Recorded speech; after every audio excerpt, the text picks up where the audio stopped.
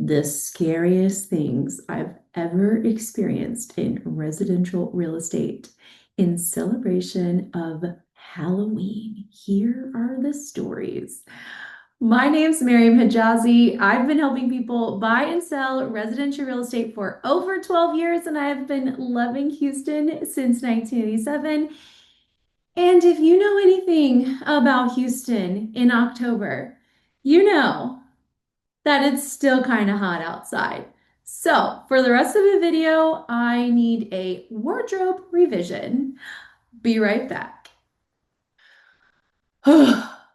This is much better.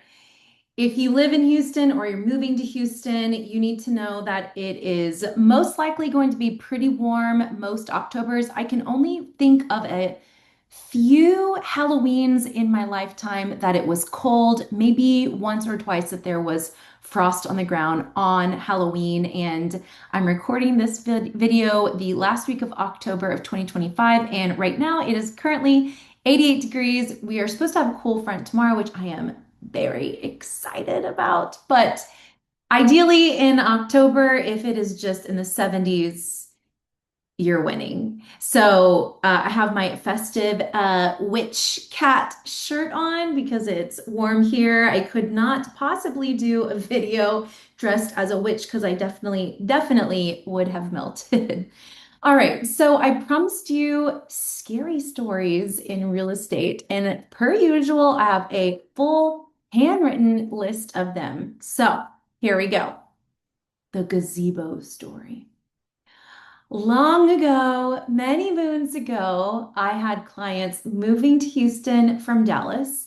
And when people come into town to look at houses, we usually look at anywhere from 8 to 14 houses a day. Let's say they are coming in for a Saturday and a Sunday. Usually, each day we look at anywhere from 5 to 14 or 15. And we usually front load and then we will see the remainder the second day, and then we'll revisit their favorites from the previous day because sometimes when you or other people are coming into town to buy houses from other cities and states, you have basically one weekend to get the job done. So this particular story happened for Dallas people moving down to Houston, and we had one day to see all their houses. We saw 13 houses this day.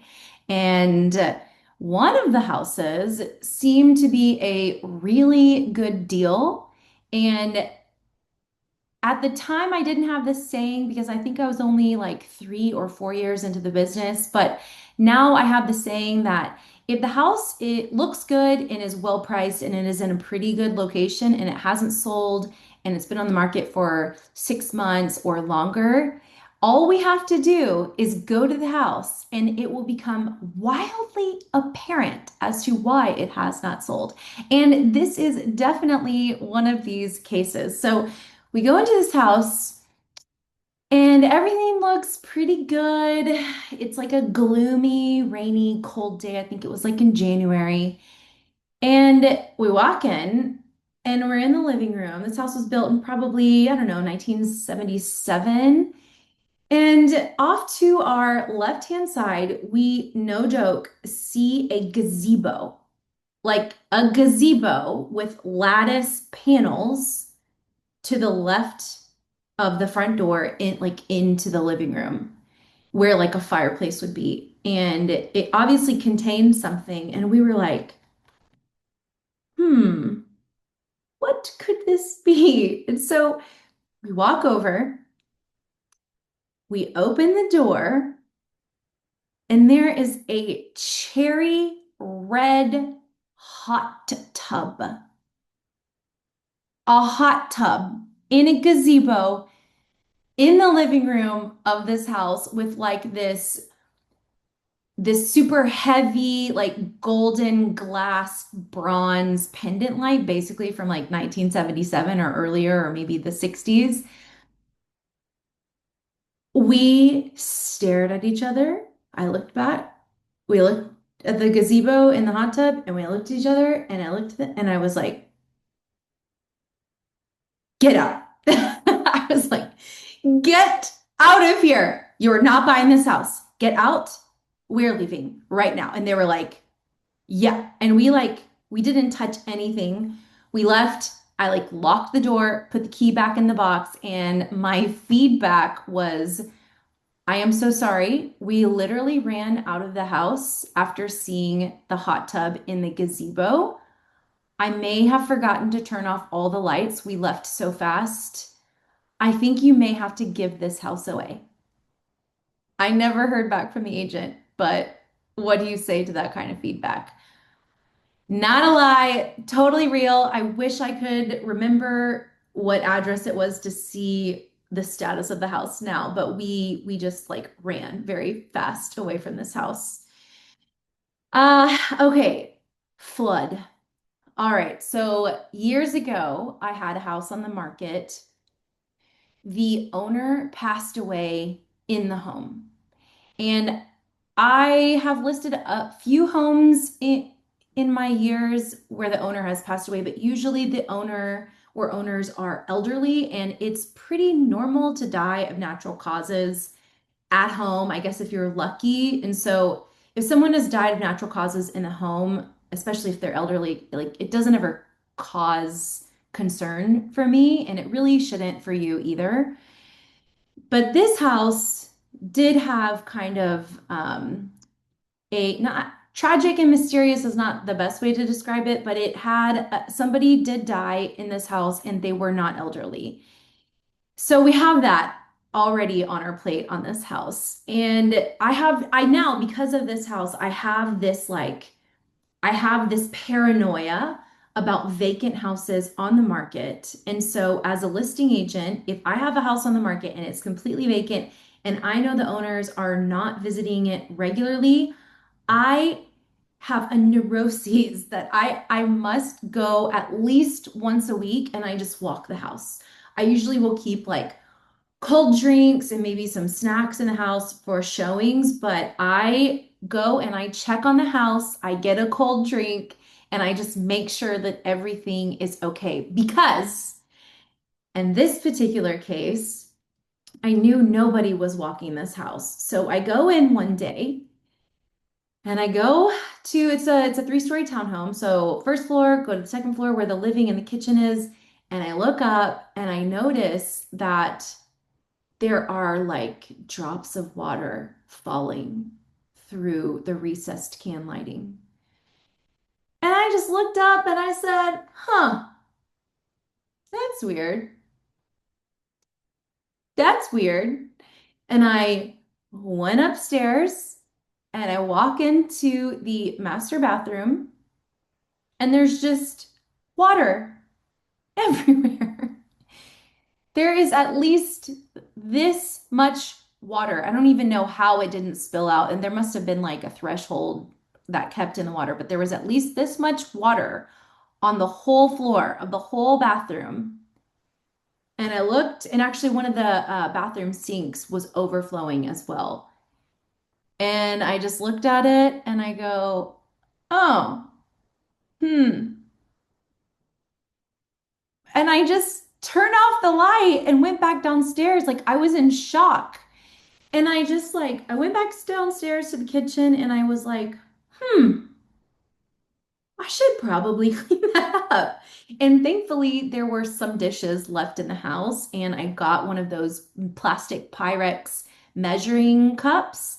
And I went upstairs and I scooped all of that water into the tub. And thankfully, there were also some leftover towels, and I used all of the towels to mop up all of the water on the floor. And then I emptied the sink also into the tub, and I made sure everything was as dry as I could get it. I put the towels like draped it over the bathtub so they could dry. I had to wring them out.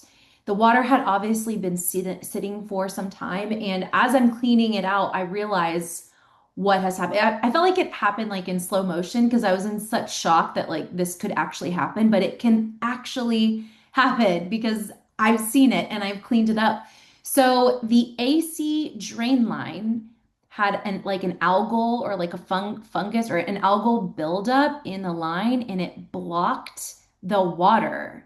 And so the water backed up into the overflow, which is usually in the master bathroom or the primary bathroom, and it will come into the sink. And if you're living there, usually the person living there is living in the primary suite. And so they'll see this water back up in their sink. But since it was vacant and the owner had passed away, nobody saw the backup. And so it just like the sink water just gets higher, higher, higher, higher, higher. And then it just slowly spills over and it like fills everything up. So we had to have an HVAC guy come out, and it's a pretty simple fix. You just have to blow out the line. You're supposed to like drop bleach in it to like kill this algae. It's very well known. Google it if you need more info. So we had to have an H guy come out because like I'm really good at a lot of stuff, but like I am not an HVAC person. So I had someone come out and work on the HVAC system to make sure we wouldn't have a backup anymore. And then we had to have a plumber come out and do a couple things. Yeah, it was pretty scary. And then to come to think of it, the um the executor of the estate didn't realize just when you lose someone, you don't necessarily think of everything. That's why in a lot of I've made several other videos about estates and estate planning because when you lose someone, you don't like lose your mind, but like you forget things. Like you forget things, you don't think about things, and so that's why you should think through things when everything is right in your world and don't wait until you lose somebody. Because in this instance, the executor didn't realize that nobody was paying the utilities. So, for another story of the same house before it sold, we finally realized that the gas and the water was cut off because it was never paid. And we didn't find this out until it was already under contract. So we had to extend the buyer's option period, of course, at no cost because it was the seller's fault. But I had to get CenterPoint to come out and turn the gas back on, and I had to wait for the water to be turned back on. So, ooh, spooky, scary, terrifying. It was not a fun deal, but me and the executor learned a lot in that one transaction. Okay, the spear story. And I swear, I'm not making any of this up. This is just what happens in this business. Like, this business is fun, but it's not for fun. It can be really scary. Buying and selling residential real estate when you don't know what you're doing is just scary. And so, okay, so Spears in Riverside Terrace. I have a client that I have shown at least 100 houses, if not maybe more than 100 houses, maybe 200 houses. We've been working together, I think, since 2014, so it has been a minute. And at one time, this particular client wanted to see, we were looking at like junkers in Riverside Terrace. And Riverside Terrace is just on the other side from the Med Center, the other side of 288.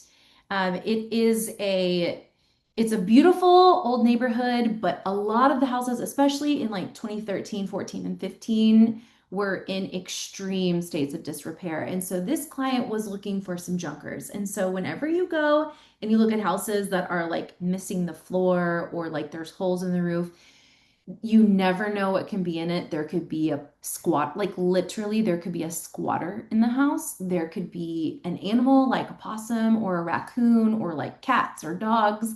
There was one house that we went into. There were like, it was like a flea infestation. There were fleas on us when we were leaving. Oh my gosh. So, this specific house, though, this house was on the market by the son of the previous owner. So he had inherited this house, or the heir. So the heir has this house on the market.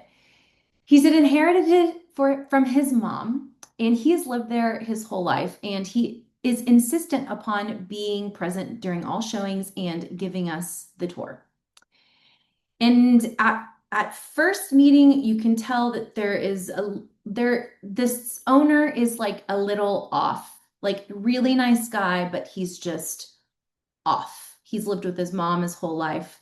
So we go in and imagine if you had like 100 wooden brooms. Okay, get 100 wooden brooms, the image in your head. Now imagine leaning them all up into the corner of the room, like how much space that would take up. This guy loved swords and spears. And he had homemade spears out of old mop and broomsticks. And some of them had kitchen knives duct taped to the top. Some of them had butter knives. Some of them had plastic knives. Some of them had like big long knives. I think maybe there was a machete. Now, this is over 10 years ago, and I've seen thousands of houses since then, so forgive me that the details are slightly blurry. It was also slightly terrifying, and you could like tell that this guy was like pretty nice, but also like why does he have all of these like swords and knives and spears in this house? And like it wasn't just one corner with like 100 brooms. It was like everywhere. Like there was a room just full of them. There, like in the hallway, there was, and like this was like a two-story 1936 brick house, probably about 2,000 or 2,200 square feet. So you do the math on the square footage. And then he says, "Hey, I have a closet under the stairs. Do you want to stay?" And I'm laughing because at the time I was just like watching in horror because my client was like almost egging him on and was like, "Yeah, show us the closet under the stairs. Wow, how many spears do you have?" He had like swords on the wall. And so I just like, whenever you like look at someone and you're like saying something, but you're saying it with your eyes, I was like looking at my client. I was like, "What are you doing?" And he was like, and I was like, we made it out. And when we were walking out, I was like, "I cannot believe you." And he was laughing. I was laughing. We were laughing, but we were also so glad to get out of there. I don't remember what happened to the house. Of course, it sold. I'm sure we were no harm, but I mean, how would you feel if you went into a house with like homemade spears and swords and machetes everywhere? I mean, definitely one for the books. Obviously, it made it into this video. Okay, shoulder dislocation. Okay, so a couple years ago, I was showing houses in the Heights and it was hot outside. Obviously, it's hot most of the year here in Houston, and I was like wearing these sandals that didn't have like a lot of grip on them. And this was like a historic house in the Heights. So this house was probably at the time like 120 years old, and it had original wood stairs.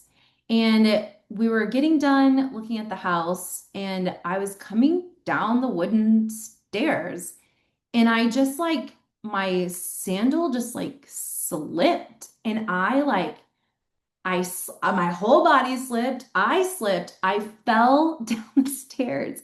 And as I'm like in slow motion trying to like stop this, my arm comes back to try to like catch myself. And in the process, my shoulder comes out of the socket.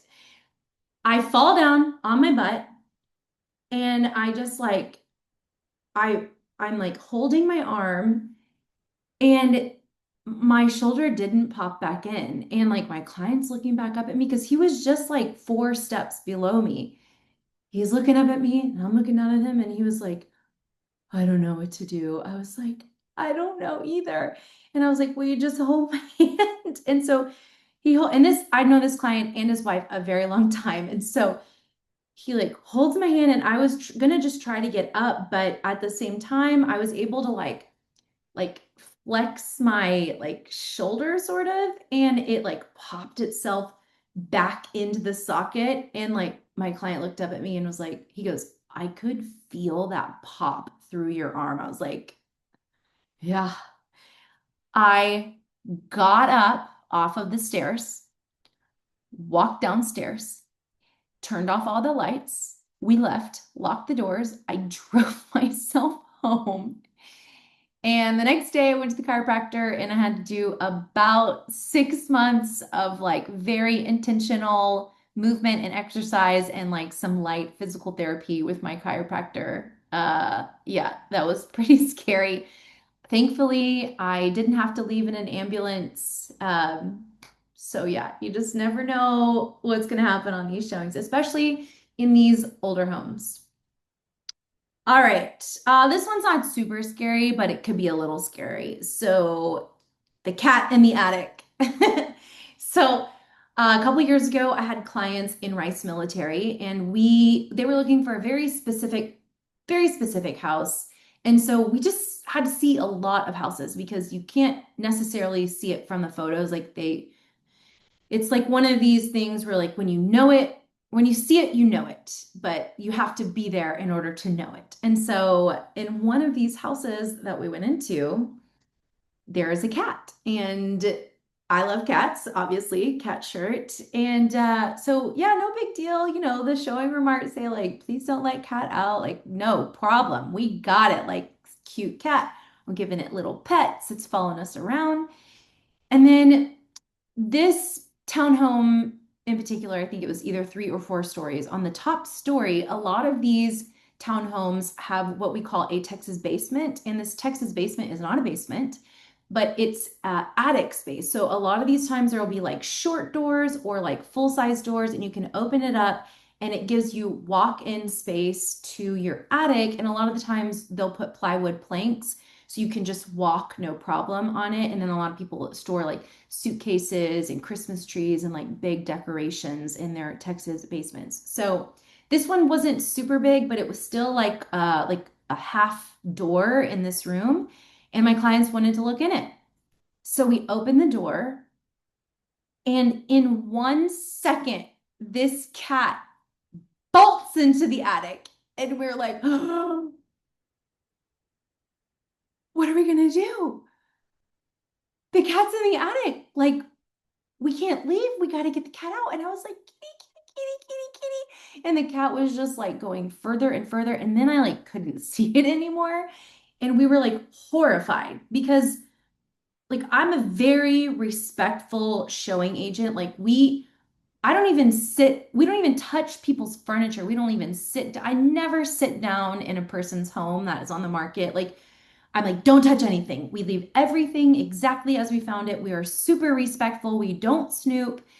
And for this cat to run into the attic, and I'm like basically responsible for this, like, I'm responsible for the property while I'm showing it. Like, that's part of like your code of ethics as an agent. And I take it very seriously. And so I'm like, oh my gosh, what am I gonna do about this cat? And then I like had like a click. I was like, you know what?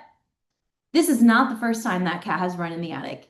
That cat likes to go in the attic, and that cat knew exactly what she was doing. So, what we're going to do is we're going to leave it cracked just a little bit, and we're going to finish our showing. And I bet you she'll come out before we leave.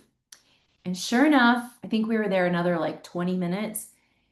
She did come back out, and then I just like very casually went up and I like closed the door so she would like not escape to the attic. So, oh, okay. Vacant house.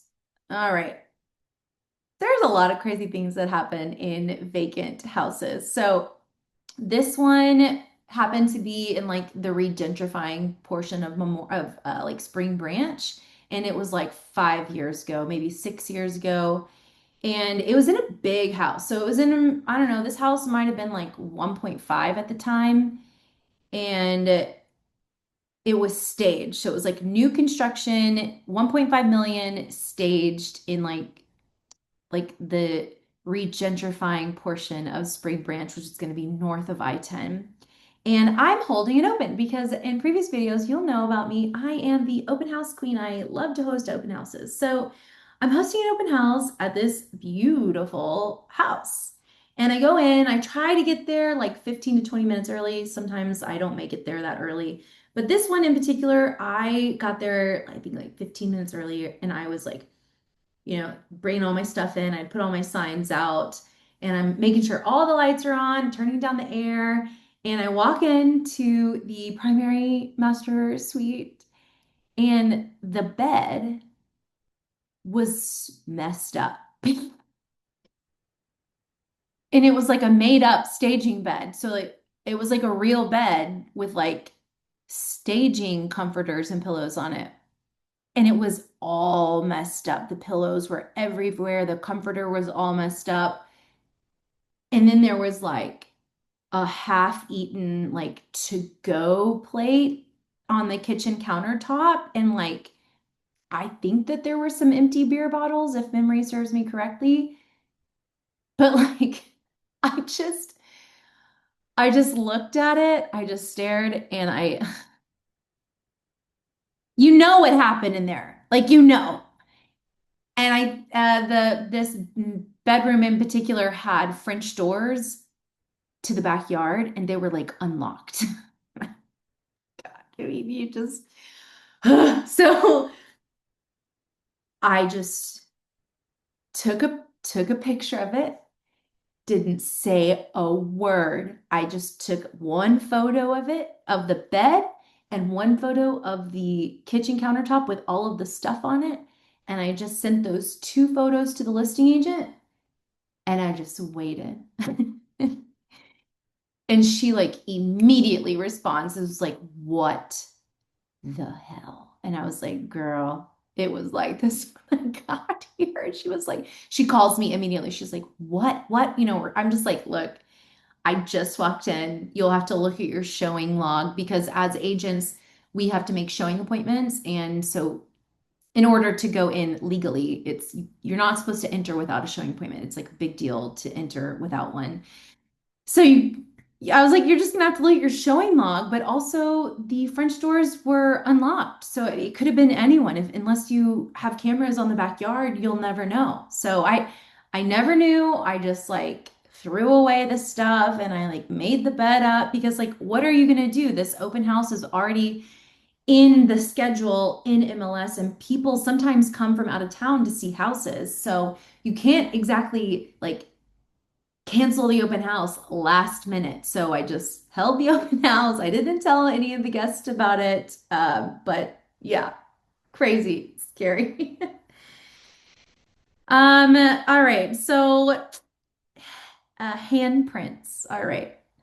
Another set of clients. When you're looking in Rice Military, there is a lot to look at. And before you can make a decision, you really need to look at everything in your like bedroom needs and square footage and like price range before you should make an educated decision. And that was just the case with these particular clients. And so we are looking at this house in Rice Military. And we go up to the third floor. It had like a flex space. A lot of these 3 to 4 story townhomes, whatever's on the top story, a lot of the times there are big like flex spaces, especially if there's a fourth floor. This one had carpet up there. And we're just, walking around, looking at it. These are like feely people. So we're like getting a feel for the space. And I looked down and I was like, huh, y'all, y'all see what I'm seeing? And they came over and we were all like, huh, I think we're seeing the same thing, right? And I was like, okay, so what do you see? And Mrs. Client goes straight up, I see handprints in the carpet and a head print. Oh my God. I mean,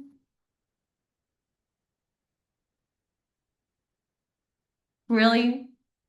Really? It was like there was like no mistaking it. It was like there was an obvious like head print and then two hand prints. And it was like a higher pile carpet. So like there just was no mistaking it.